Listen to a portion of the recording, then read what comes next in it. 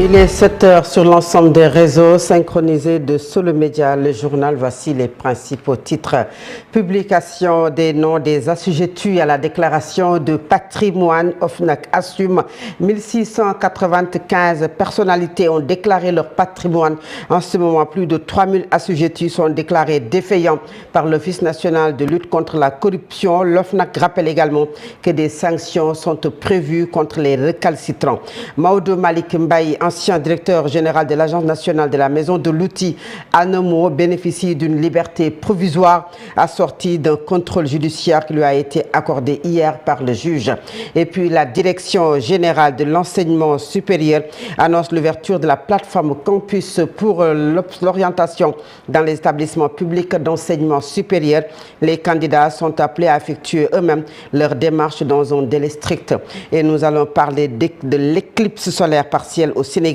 Ce mercredi 12 août, elle sera visible à partir de 18h20, notamment à l'ouest du pays. L'astronome Marem Kairé appelle les Sénégalais à la prudence et leur déconseille de regarder l'éclipse à l'œil nu.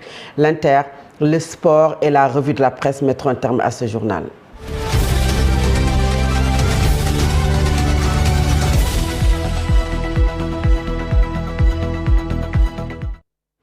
Je vous le disais en titre, déclaration de patrimoine. L'OFNAC assume la publication de la patrimoine des assujettis. Face aux interrogations suscitées par la divulgation des noms des assujettis, le président de l'Office national de la lutte contre la corruption, Moustapha Aka, se veut clair.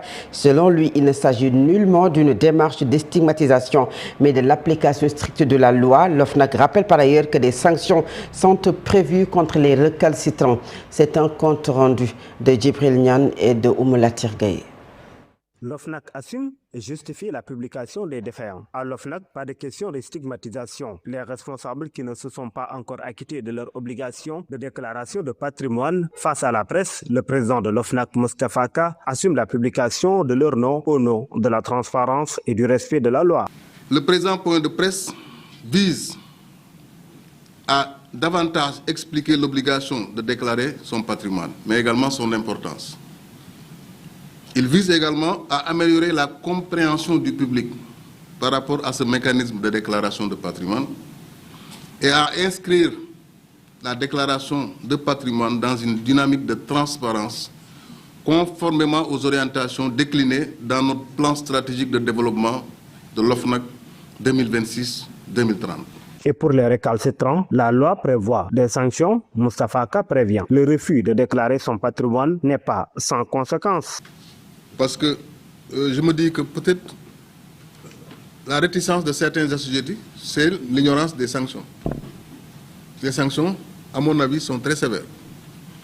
La première sanction, c'est une retenue sur salaire du quart du salaire pour l'assujetti défaillant. La deuxième sanction,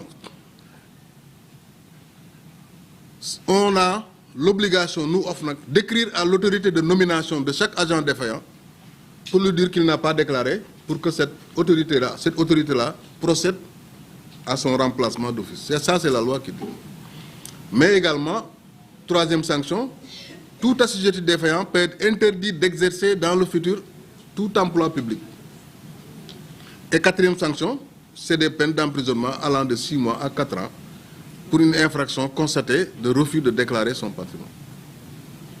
Donc je pense que c'est assez de sanctions qu'un assujetti vraiment n'espère pas, vraiment ne voudrait pas encourir par le simple fait de refuser de déclarer son patrimoine. Dans le même temps, l'OFNAC a publié la liste des personnalités de la présidence ayant rempli cette obligation. Des responsables nommés par décret ou élus ont ainsi déposé leur déclaration de patrimoine. Et la déclaration de patrimoine, une exigence de transparence et de bonne gouvernance. Le président de l'OFNAC, Moustapha Aka, insiste sur l'importance de cette obligation pour toute autorité élue ou investie d'une fonction publique. Un exercice qui, selon lui, participe au renforcement de la transparence dans la gestion des affaires publiques. Moustapha Aka, le président de l'Office national de la lutte contre la corruption et la fraude, il est au micro de Djibril Niane et de Félicité Oumelatir Gaye. nous avons reçu 1695 déclarants. 1695 déclarants que nous avons reçus. On ne sera jamais satisfait du nombre, tant qu'on n'aura pas atteint 100%. Mais il faut quand même remarquer qu'on a fait un bond très important. Je vous ai dit qu'on avait une moyenne de 10 dépôts par mois. Mais rien que pour le mois de juillet, on a reçu, comme vous le voyez au tableau, plus de 800 déclarations. Rien que pour le mois de juillet seulement, nous avons reçu plus de 800 déclarations.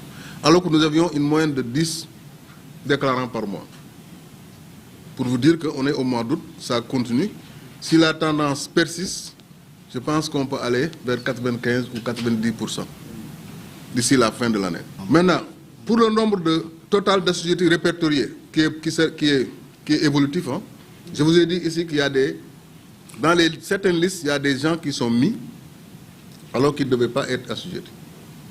C'est une incompréhension de l'annexe 2 de la loi de 2025. Dans les listes également, il y a des gens qui n'ont pas été mis. Donc, on a approximativement, pour le répertoire, 3023 personnes. Mais j'avoue que dans ces 3023 personnes, bon nombre ne sont pas assujettis.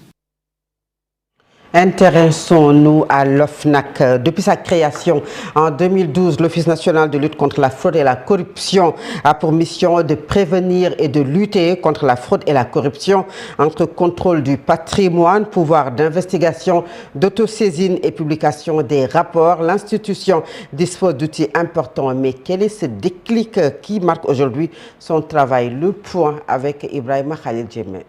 Créé par la loi numéro 2012-30 du 28 décembre 2012, l'OFNAC est une institution administrative indépendante. Sa mission principale est de s'articuler sur la prévention et la lutte contre la corruption et la fraude dans les affaires publiques et privées, assurer le pouvoir d'investigation et d'autosaisine, le contrôle de la déclaration de patrimoine des personnalités publiques, l'accès aux informations bancaires, audition de personnes mises en cause, le gel administratif de biens pour le nouvel OFNAC et la publication des rapports des corps de contrôle. À sa création en 2012 par le président Macky Sall, Madame Nafi Ngom Keïta est nommée à la tête de l'institution le 31 décembre 2013 jusqu'en 2016 avant d'être succédée par Madame Seynabou Ndiaye Diakhaté nommée le 25 juillet 2016. En décembre 2022, Serigne Bassirou Gueye, magistrat de formation, prend les rênes de l'OFNAC jusqu'en 2025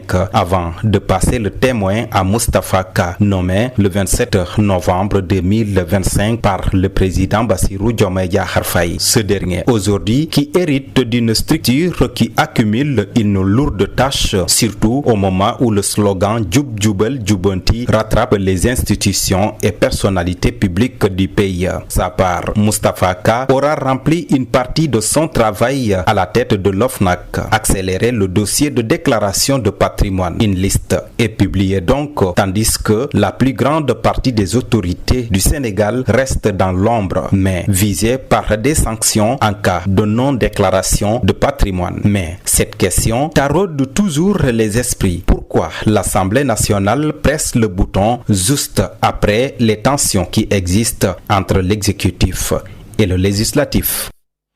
Ibrahima Khalil Djemé, Ousmane Diagne a été officiellement installé à la tête du Conseil constitutionnel ce mardi 11 août. Et puis dans son discours d'installation, le nouveau président du Conseil constitutionnel a affiché son humilité face à la responsabilité qui lui est confiée. Selon lui, cette fonction constitue avant tout une lourde responsabilité et non un accomplissement personnel. Le nouveau président a surtout fixé un objectif, je cite, que chaque décision du Conseil constitutionnel continue d'inspirer aux citoyens le respect, la confiance et la sérénité. Fin de citation. Maodo Malick Mbaye, ancien directeur général de l'Agence nationale de la maison de l'outil ANAMO, bénéficie d'une liberté provisoire assortie d'un contrôle judiciaire qui lui a été accordé hier par le juge. Maodo Malick Mbaye était placé sous mandat de dépôt depuis le 22 juillet 2025 après avoir été inculpé par le juge du deuxième cabinet du pôle judiciaire financier pour un présumé détournement de deniers publics portant sur un montant de 619 millions de francs CFA en lien avec sa gestion à l'ANAMO. Ses avocats visent aujourd'hui un non-lieu total. Nous allons parler justice toujours avec les conditions carcérales d'anciens détenus. Salut l'interdiction des fouilles à nu en prison annoncée par le ministre de la Justice est vu comme une avancée attendue. Parmi eux, Bayna Gueye, ancien détenu, y voit un progrès pour la dignité humaine, mais lui et d'autres ex-prisonniers jugent la réforme insuffisante et demandent d'aller plus loin, notamment contre le surpeuplement, l'usage des mandats de dépôt et pour davantage d'alternatives comme le bracelet électronique. C'est un reportage signé Sira Béatrice Nyon et Mohamed Fadilou Sek. Nous sommes à Baobab à la rencontre de Bayna Gueye, un jeune patriote qui a vécu une situation carcérale très difficile. Il réagit au communiqué du ministère de la Justice qui informe que la fouille à nu est désormais interdite à l'admission des prisonniers dans les établissements pénitentiaires. Une décision qui, selon lui, répond à une vieille doléance qu'il avait déjà soulevée à l'époque avec son avocat, Maître Moussa Sarr, aujourd'hui ministre de la Justice. C'est un acte qu'on magnifie. Et venant de l'avocat, de notre ancien avocat, Maître Moussa Sarr, ça ne surprend pas.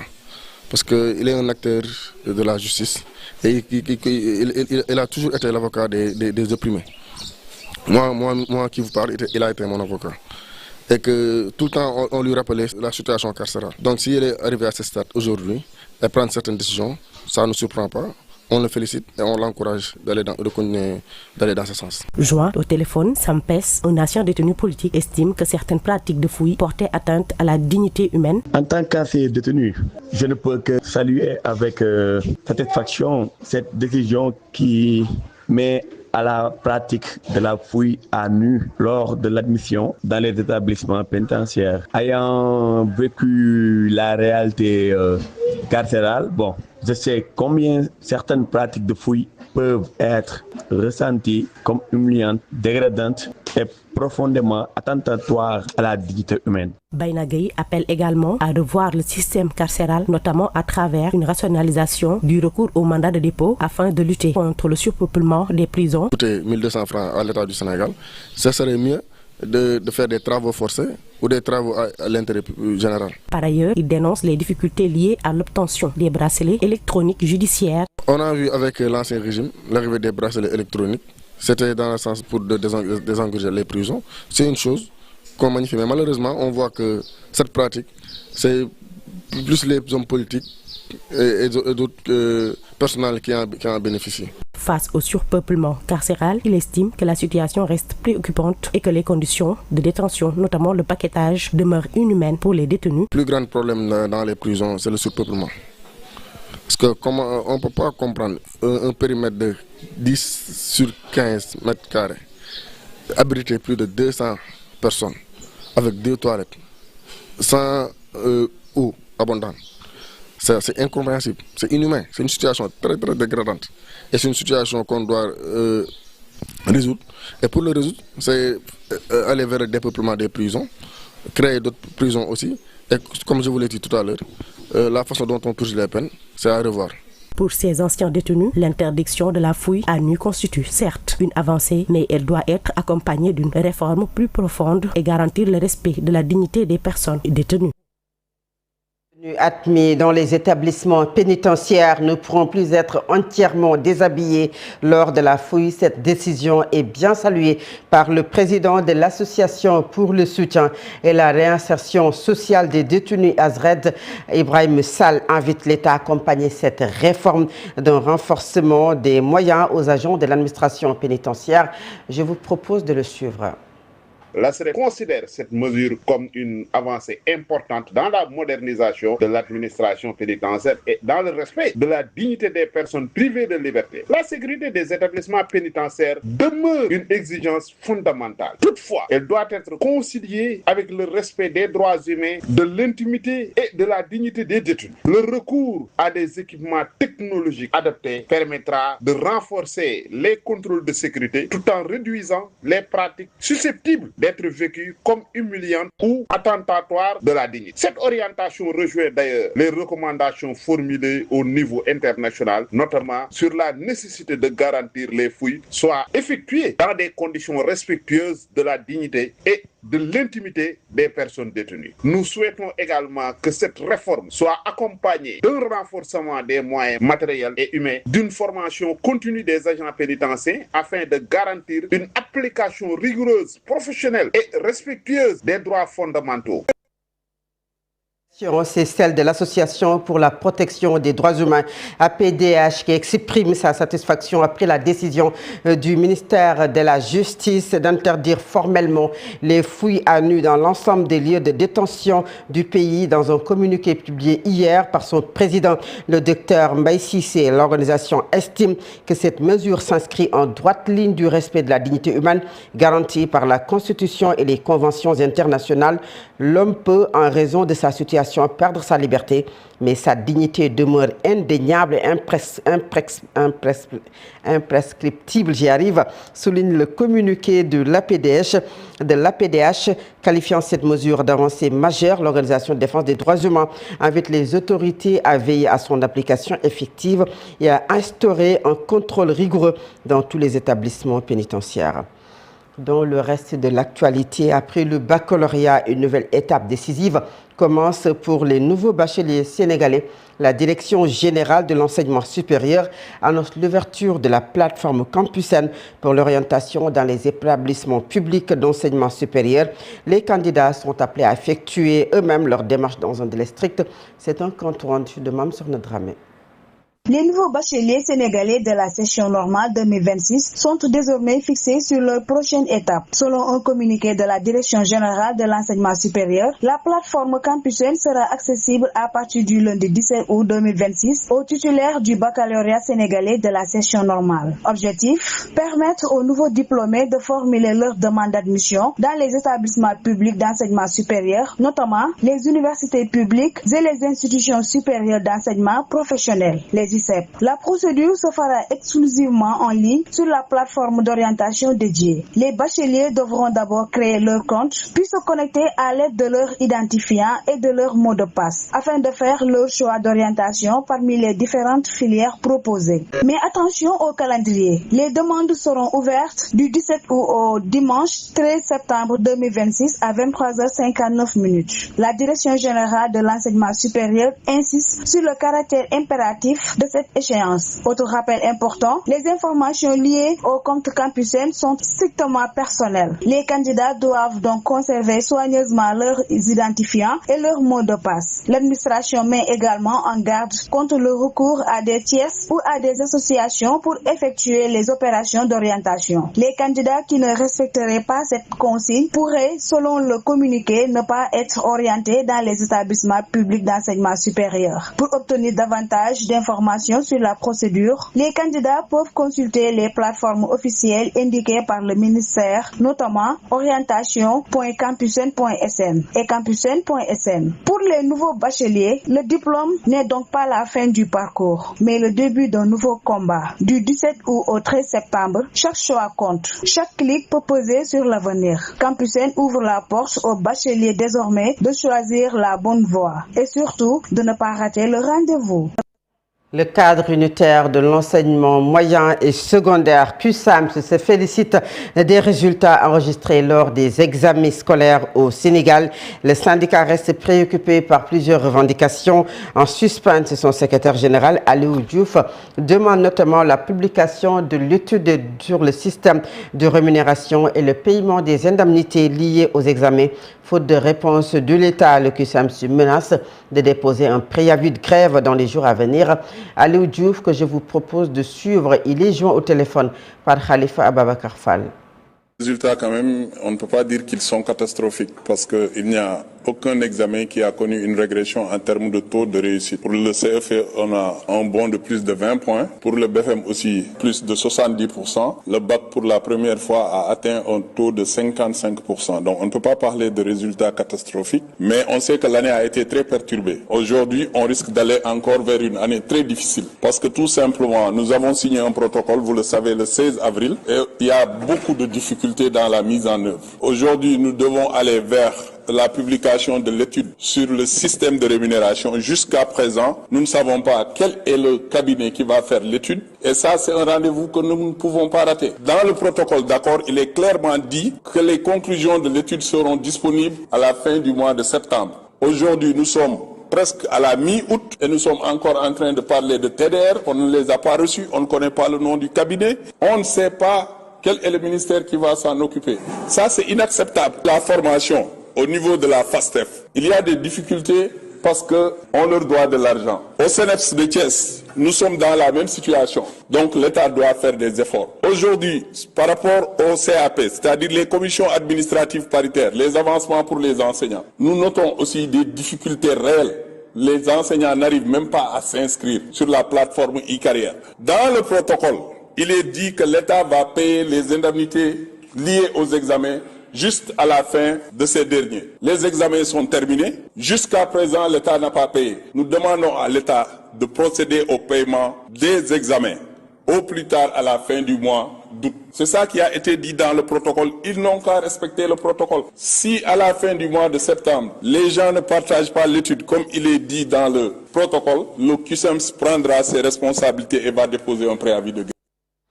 Le week-end dernier, la foudre s'est abattue sur une famille qui rentrait des champs. C'est à Koumaré, c'est dans la commune de Malemniani, dans le département de Koumpentoum. Le bilan fait état de 2 pertes en vie humaine et 2 blessés graves. Face à ce phénomène, l'Agence nationale de l'aviation civile et de la météorologie ANACIM rappelle les mesures de précaution à prendre pour se mettre à l'abri et éviter de s'exposer pendant les orages. Je vous propose de suivre Amadou Bachir Mbou, chef de la section météo Dakar Yoff à l'ANACIM. Il s'est entretenu au téléphone avec Al-Amin Senghor. Le cas où on se trouve dans un bâtiment. Donc quand on est dans un bâtiment, ce qu'il faut faire, c'est débrancher tout ce qui est appareil électrique, les réfrigérateurs, téléviseurs, téléphones et tout, il faut tout débrancher. Et même les téléphones fixes, il faut aussi les débrancher. Pour les téléphones portables, le mieux c'est de les mettre sous mode avion et éviter l'utilisation avec la connexion. Voilà, donc il faut aussi s'éloigner des portes et des fenêtres. Il faut éviter de prendre une douche parce que l'eau est conducteur de courant, alors que la foudre c'est une décharge électrique. Quand elle descend, elle est attirée par tout ce qui est matériel électrique et surtout métallique. Au cas où on se retrouve dehors dans la rue ou en campagne, surtout dans les campagnes là où le risque est beaucoup plus élevé, ce qu'il faut faire c'est de se mettre au sol. D'abord, la première conduite à tenir, c'est essayer de trouver un bâtiment, le bâtiment le plus proche, et d'essayer de se mettre à l'abri. Systématiquement éviter de se mettre sous les arbres. Donc ce qu'il faut faire, c'est de se mettre au sol. Il y a une position à tenir, c'est de se mettre au sol, de s'asseoir carrément, de s'accroupir et de mettre la tête entre les genoux et de mettre les mains sur les oreilles. Donc éviter aussi les espaces aérés et ouverts comme les terrains de football, les stades, les piscines, les plages. Quand on est toujours dehors et qu'on est en groupe, c'est qu'il faut éviter d'être rapproché. Avec la proximité, on crée beaucoup plus d'énergie, surtout quand on marche, mais de s'éloigner les uns des autres. Et nous parlons du Sénégal qui va vivre une éclipse solaire partielle ce mercredi 12 août selon l'astronome sénégalais Mariem Kairé. Elle sera visible au Sénégal vers la fin de la journée à partir de 18h20 à l'ouest. Pour le premier contact, le directeur général de l'Agence sénégalaise d'études spatiales exhorte les Sénégalais à ne pas regarder l'éclipse à l'œil nu. Je vous propose de suivre Mariem Kairé au micro au téléphone d'Angelina Gomis. une éclipse partielle, c'est-à-dire que c'est une partie du soleil qui va être masquée. Et c'est ce qui se produit donc ce mercredi 12 août. Donc une éclipse partielle, c'est quand la Lune masque une partie du soleil vue depuis la Terre où nous sommes en tant qu'observateurs. Alors pour cette éclipse, les horaires qu'il faut retenir, c'est que le premier point de contact va se produire au moment où le soleil est en train de descendre au niveau de l'horizon pour se coucher. Donc ce n'est pas à midi qu'il faut chercher cette éclipse, ce n'est pas le matin, c'est la fin de la journée quand le soleil va se rapprocher de l'horizon pour se coucher, exactement à 18h20. Donc c'est à partir de 18h20 que le disque de la Lune va commencer à grignoter une partie du disque solaire. Pour ce qui est de la sécurité, nous recommandons d'utiliser des lunettes spéciales éclipse. Bien entendu, c'est pas évident de les trouver partout. Le public peut essayer de voir dans les librairies, dans certains endroits, des boutiques d'optique ou autres, pour protéger les yeux convenablement de ce genre de phénomène. Quand on regarde le soleil, il y a toujours le risque d'abîmer notre œil, surtout quand c'est une observation prolongée. Il faut faire très attention à ne pas utiliser d'autres mécanismes. Les lunettes noires fumées ne suffisent pas à protéger contre l'ensemble des rayonnements qui proviennent de notre étoile, le soleil. Sinon, c'est des systèmes de projection, soit à partir d'un télescope, à partir d'une lunette astronomique. Il y aura une éclipse lunaire qui sera visible au Sénégal le 28 août 2026. Ce sera bien entendu la nuit à partir de 4h12 du matin. Et pour la prochaine éclipse solaire, il faudra attendre le 6 février 2027. Aura lieu exactement à 16h01 et 04 secondes pour pouvoir l'observer ici au niveau du Sénégal. Notre reportage du jour s'intéresse aux pertes de vue. Le phénomène des enfants disparus retrouvés englobe le plus souvent des figures temporaires, des égarements lors des grands événements ou rassemblements et parfois même des alertes aux enlèvements suivis de dénouements heureux ou tragiques. Il suscite pourtant une vive émotion et mobilise les populations sur WhatsApp, Facebook et TikTok. Ils sont devenus les premiers canaux d'alerte au Sénégal. Les avis de recherche également y circulent de manière virale, permettant de retrouver rapidement les enfants perdus. Les citoyens interpellent les parents à beaucoup plus de vigilance. C'est un reportage de Bénédicte Sagnan et de Cherti Janssen. Dans la ville de Dakar, les personnes interrogées sur ce phénomène, devenu même une banalité, pointent du doigt les parents et déplorent la situation. Elles fustigent également l'attitude démissionnaire des parents et de l'État, un phénomène devenu récurrent et qui ne semble émouvoir personne.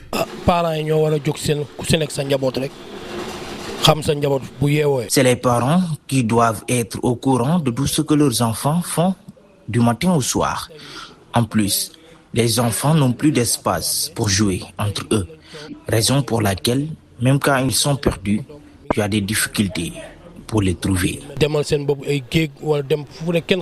Les seuls responsables sont les parents, car aucun enfant n'a demandé sa venue sur Terre. Donc, les parents ont l'obligation de veiller sur les enfants. De lancer un appel aux parents. Je lance un appel aux parents à plus de vigilance. Les enfants sont des êtres inoffensifs, mais aussi l'État doit organiser des activités pour les enfants. Puis il manque des espaces verts, raison pour laquelle les enfants sont tout le temps au dehors. Cette femme, préférant garder son anonymat, témoigne des faits qu'elle a vécus. Il y a 2 semaines, l'enfant de mon voisin a été perdu de vue. Après 15 jours, j'ai trouvé l'enfant dans une place. Il marchait seul et avait l'air perdu. Lorsque je l'ai intercepté, il m'a dit que c'est son oncle qui l'a envoyé acheter à manger. Lorsque je lui ai dit de m'amener voir son oncle, on a marché des kilomètres et des kilomètres. Après, c'est un groupe de gens qui m'ont permis de savoir que l'endroit où nous nous dirigeons, il n'y a que des voyous. On a rebroussé chemin. En cours de route, l'enfant nous a dit qu'il a été exorcisé par 2 individus. Mais Dieu merci, il est sain et sauf. Et il a retrouvé ses parents. Les pays européens, un enfant disparu crée une véritable onde médiatique. Au Sénégal, ça semble être une banalité. Et pourtant, chaque jour, certaines chaînes de télévision locales nous présentent le visage de jeunes disparus sans que cela ne crée un raffut médiatique ou que les forces de l'ordre ne font de battues à la recherche des disparus. Merci beaucoup Bénédicte Sagnan. Cet élément met un terme à la première partie de cette édition. La seconde partie, c'est la page internationale, le sport et la revue de la presse. À présent, l'Inter.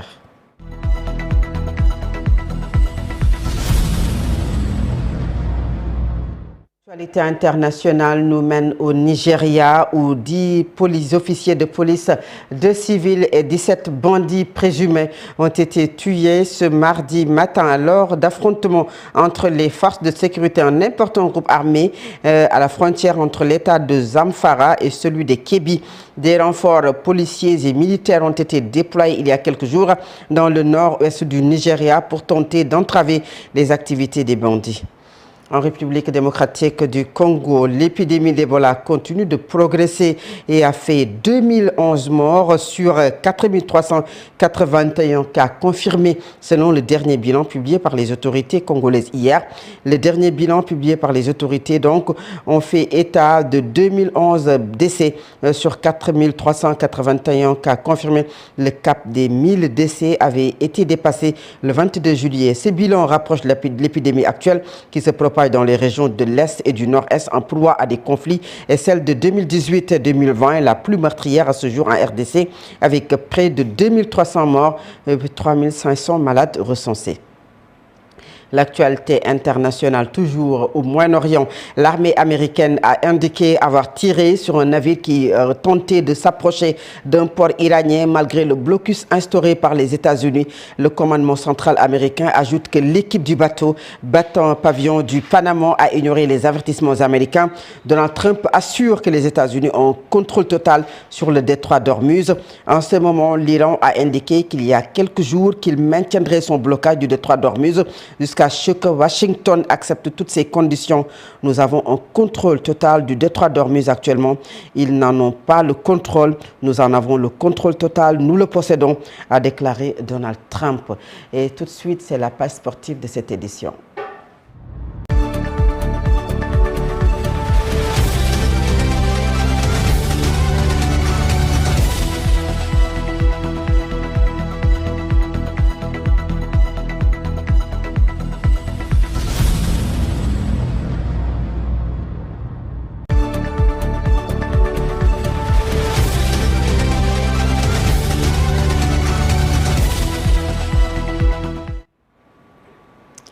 Le sport sur Solo Média, c'est l'affaire d'El Amin Senghor. Bonjour. Bonjour à vous, Fatou Abdoulaye. Bonjour à tous. Alors, JO Dakar 2026, nous sommes à 80 jours du début des Jeux Olympiques de la jeunesse. Le gouvernement resserre le calendrier. Oui, vous l'avez dit, le gouvernement du Sénégal semble donc être prêt. Le ministre ou le premier ministre Ahmadou Alamine Loum a présidé donc hier, mardi, un conseil interministériel consacré à l'état d'avancement des préparatifs. 30 mesures arrêtées pour finaliser donc les préparatifs et mieux aborder cet événement international. Le comité de veille des préparatifs devra renforcer son dispositif de pilotage selon le président du COSOJ, Momodou Diagne. La feuille de route adoptée prévoit les échéances pour des infrastructures, la sécurité, la santé, le transport et même que la mobilisation nationale. Je vous propose de les écouter hier à l'issue du conseil interministériel au niveau de la primature. L'honneur fait à l'Afrique et à Dakar d'abriter les JOJ de la jeunesse doit se traduire par une organisation sans faille de ces Jeux. L'Afrique accueille, Dakar célèbre. La réussite de cet événement est inscrite au rang d'exigence supérieure par le président de la République. Le chef de l'État nous demande de persévérer dans cette dynamique, notamment à l'issue de la réception officielle le samedi 25 juillet 2026 des chantiers majeurs du stade Iba Mar Diop et de la piscine olympique. Nous sommes désormais entrés dans la phase des tests et de la validation opérationnelle. Les premières opérations ont été engagées afin d'homologuer les sites de compétition et de tester les dispositifs opérationnels. Il s'agira donc, après avoir apprécié l'état d'avancement des préparatifs et surtout les avancées très significatives réalisées, de prendre les ultimes décisions, de donner les dernières directives avant de nous permettre de franchir dans les délais requis le dernier kilomètre. Sur cette dernière ligne droite, aucun détail ne doit être laissé en rade afin de faire de ces Jeux une réussite éclatante. Vous venez à l'instant d'écouter le président du COSOJ ainsi que le Premier ministre Ahmadou Al-Aminoulo. Sur le plan sécuritaire, la police nationale affine son dispositif à quelques semaines du coup d'envoi de ces Jeux olympiques de la jeunesse Dakar 2026, les 7 et 8 août. Elle a conduit une simulation grandeur nature baptisée Evans au complexe Tour de l'Œuf et au stade Iba Mar Diop, 2 sites appelés à accueillir des activités sportives liées bien sûr à cet événement.